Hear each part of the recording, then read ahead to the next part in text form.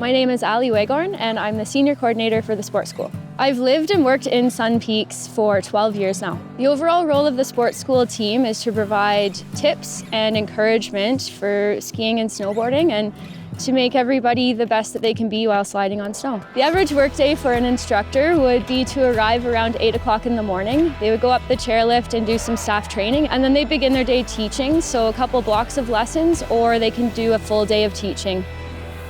The runs around Sunburst Chairlift are incredible. So we have perfect wide open green runs that progress over to nice wide open blue runs and black, and we have bumps and trees. We can really teach any type of lesson.